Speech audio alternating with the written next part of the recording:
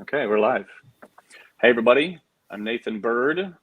This is my brother, Matthew. Oh, this way, yeah. There you go. There we go. My brother, Matthew, and then my brother-in-law, Sean Crawley.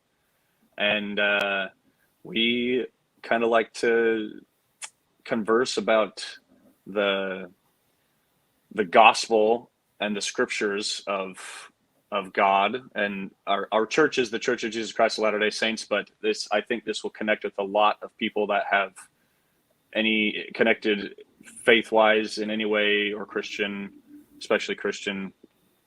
And our topic we wanted to talk about today, to start on and to see where it goes, is kind of about the second coming, when the earth will be baptized by fire. There's a lot of questions I have with this specific topic, because I feel like there are a lot of unanswered questions, and it's kind of a huge, it's a big deal. It's going to be, I mean, it seems like it's going to be a huge ordeal, a big point in time. And it's in the scriptures right here. It says, in Malachi 4, chapter 4, verse 1, "For behold, the day cometh that shall burn as an oven, and all the proud, yea, all that do wickedly, shall be stubble. And the day that cometh shall burn them up, saith the Lord of hosts, that it shall leave them neither root nor branch." And it talks about how, in verse 3, "And ye shall tread down the wicked, for they shall be ashes under the soles of your feet." And that's very interesting to me, because it's when you talk about baptism, like, let's say you're getting baptized, at least in our church, you have to go fully under the water. And this is talking about water, because technically when you're baptized with us, you're baptized in water and in fire by getting the Holy Ghost. But when you're baptized in the water, you have to be fully submerged. And if like even a hair comes out, right, you have to redo it. So if that's the case with the earth and fire, does the entire thing have to be engulfed in fire? And if that's the case, then how is anybody left? If it's saying that only the wicked will be burned and things like that, how will anything be left? We talking about the millennium after, when Christ reigns for 1,000 years.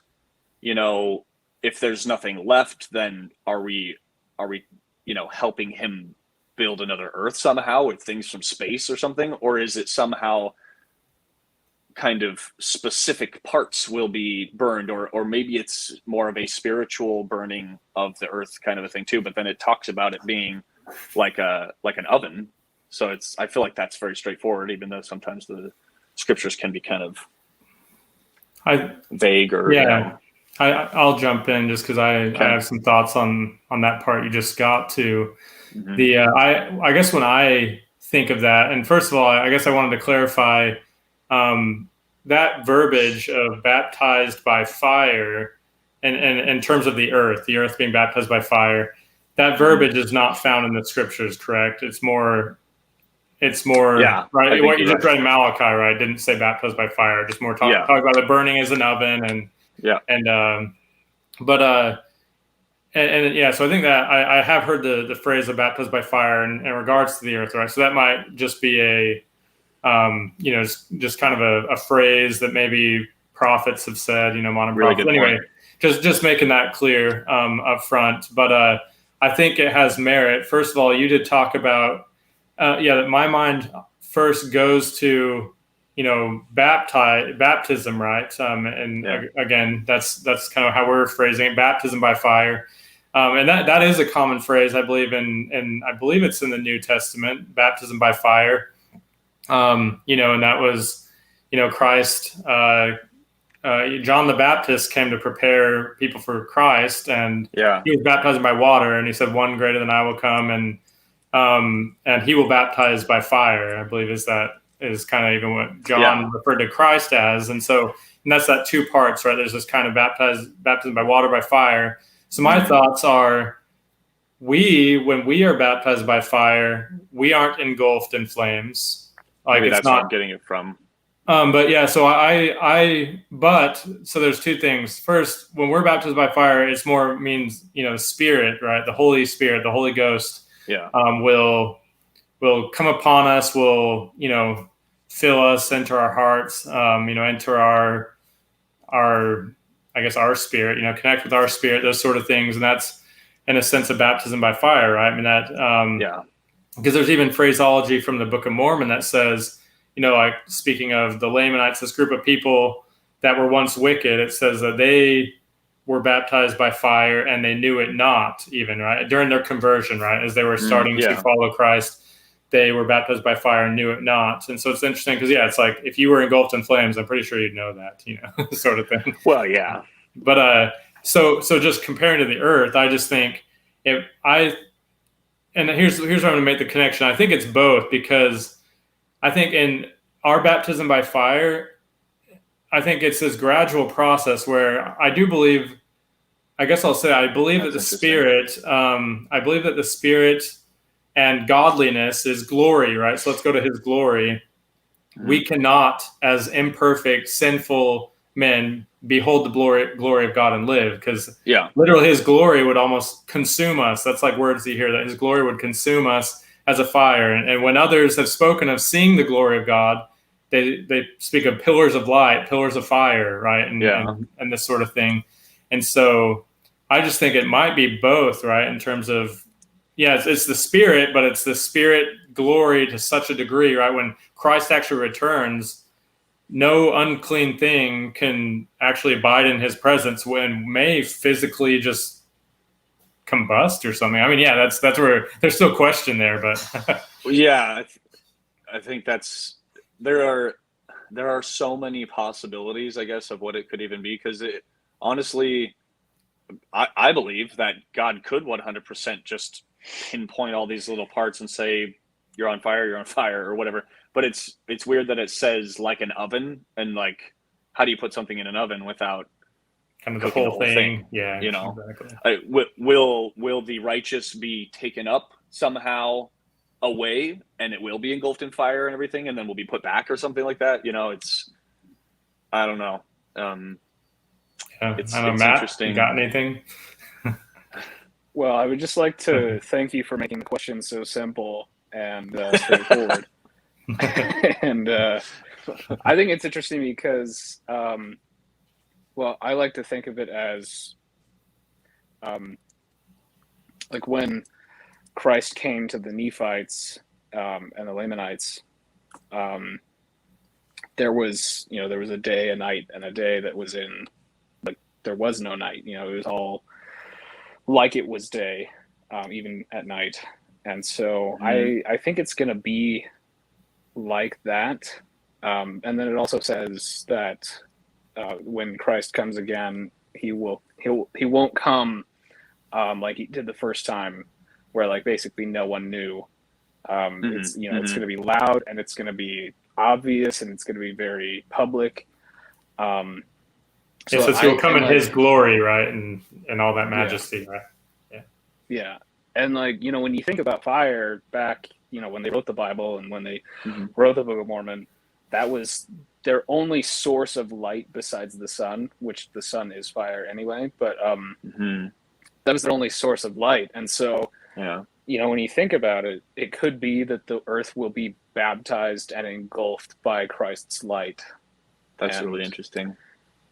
Yeah, and like it could be that, like what Sean was saying, that like that light or His presence will be too much for people who haven't lived a life that who haven't been purified gradually by the Spirit during their own lives or something, right? Maybe. Yeah. And I mean, you don't have to be perfect either. Perfect, exactly. It's like it's all about what kind of person you are. Yeah. There was a book that I'd read, I can't remember who it was by, but he was saying that he was talking about, the millennium and what will happen during that, and kind of the leading up to that, and that the types of people that will be left during the millennium, or I'm pretty sure he was talking about when the earth will be burned or baptized or whatever, that the celestial type of people and what's the middle one? Terrestrial, telestial. I get them mixed up every time. The middle one will be terrestrial. Left. Yeah. And then the lower and the outer darkness type of people will be burned up or whatnot. But I don't know, kind of not veering off, but changing a tiny bit. I feel like trying to think of actually specific ways that he could make it happen scientifically even is, people talk about solar flares and things like that, and maybe the sun will eventually maybe not engulf the earth, but be, bombarded by solar flares or something like that with the sun, or maybe there'll be volcanoes or something that'll erupt around, or maybe even we will do it to ourselves and it will be something like nuclear bombs and stuff like that. And there'll be because isn't it said that there'll be also a huge world war, basically, either right before or during or something? You guys heard about that? I don't remember that. Yeah, I'm vague on that. I know there'll be a conflict. I know that, and that and it's all going to be centered around Jerusalem and that area. Yeah, I know some of the signs of the times, right? Just the generic wars, rumors of wars, plagues, all the above. So in terms of again wars, I know that's just kind of a general sign of the time. But as far as one big mega war or something, I don't know if that rings a bell. And I did want to inject that we're getting into and this is, I think the point of this is just an interesting topic to speculate on. And we want to say anything that we're saying here isn't doctrine and isn't, we're pure speculation. I mean, we might, again, quote some scriptures or reference them, but most of this speculation, right? So, yeah. Absolutely. But yeah, I still am, in my mind, I can't get past just the idea of Christ's glory being something that people cannot endure, right? Without being, because again, with Joseph Smith, prophets like Moses who spoke to God face to face, they all talked about being transfigured because in their physical body, in their body in its kind of mortal state, it would not be able to endure his presence, right? And I don't know if that means that the body would catch on fire or if they just die due to some sort of, being, I mean, that's one thing to speculate on as well. But I'm still thinking that I'm thinking there's got to be some connection there, right? Because if Christ is going to come in all of his glory, and he's not going to transfigure everybody, right? It's almost or maybe I know there is something again. If I had more references, right? But so on the speculation side I know there's the rapture. People talk about the rapture. That's a phrase I think is more used. I don't hear it as much within the Church of Jesus Christ of Latter-day Saints, but general Christianity talks about that. They call it the rapture, and the scriptures I don't think uses that word, but it's one person's taken. One day, kind of the thief in the night, suddenly, your neighbor will be missing, and it's he was taken up.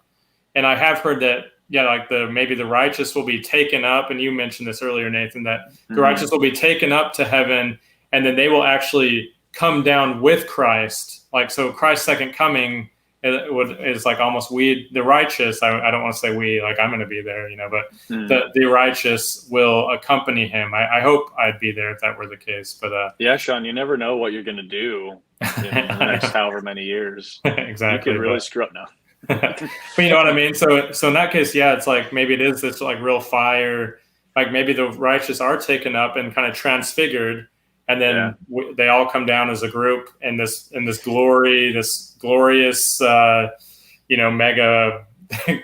glory that just hits the earth and everything is kind of consumed, right? That's impure, I guess. Well, you think about the earth is technically in a terrestrial state now or something.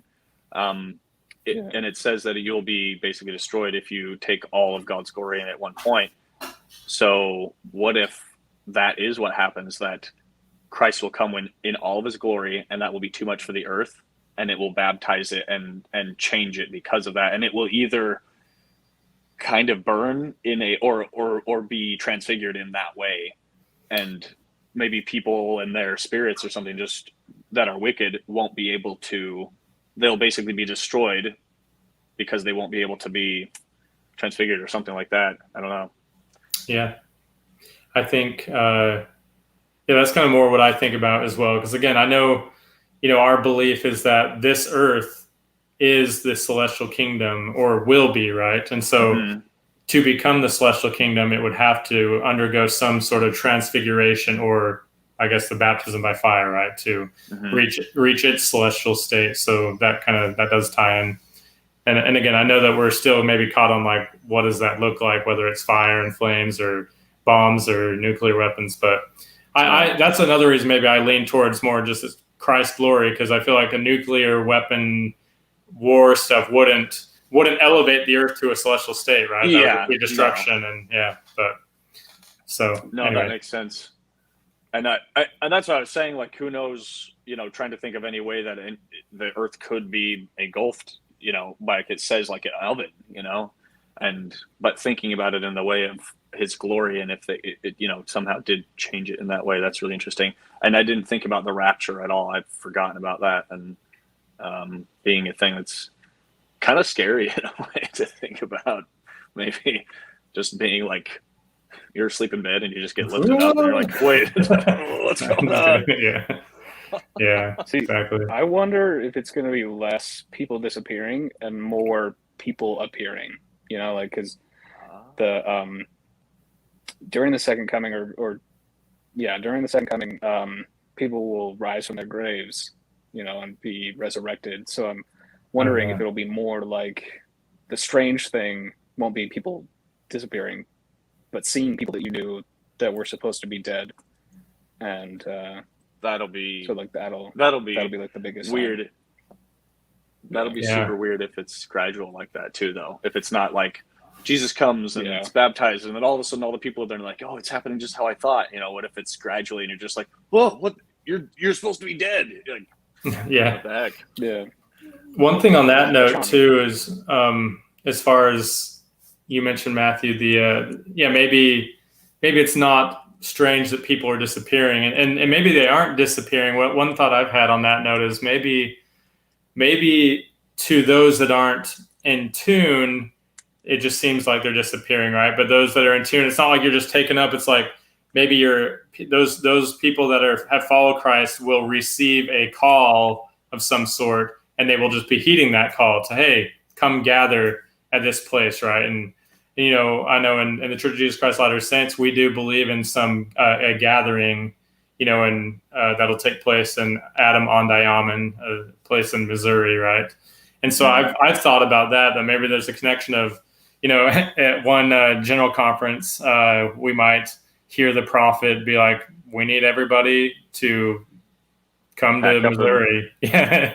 And that could be like a rapture of some sort. Like people just start, kind of leaving their homes and flying from wherever in the world. And people are like, where did my neighbor go? He's just suddenly they like packed up and left. Talk to me. Yeah. They didn't even sell their house. They just left. Exactly. If it was some urgency thing like that, like, hey, we need everybody to drop it and get here in the next 2 days. I don't know, but that could be what the rapture is. I don't know. It's interesting. That would be the ultimate giving. It would be to do that, and right before you leave, you go knock on your neighbor's house and say, "Hey, I'm leaving all my house and my property. It's gonna be like burned up and gone in like a week." But exactly. Well, enjoy it while you can, buddy. I also wonder if it's gonna be a metaphorical rising up.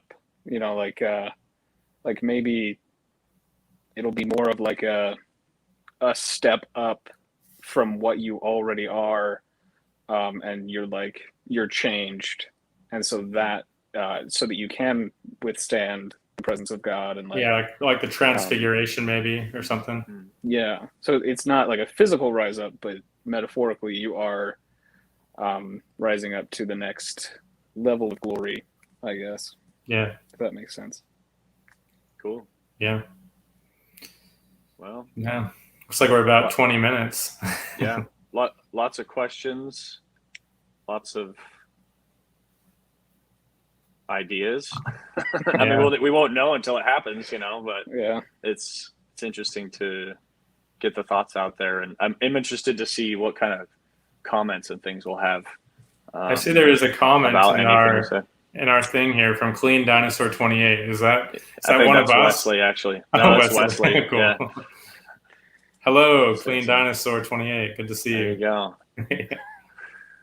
That's fun.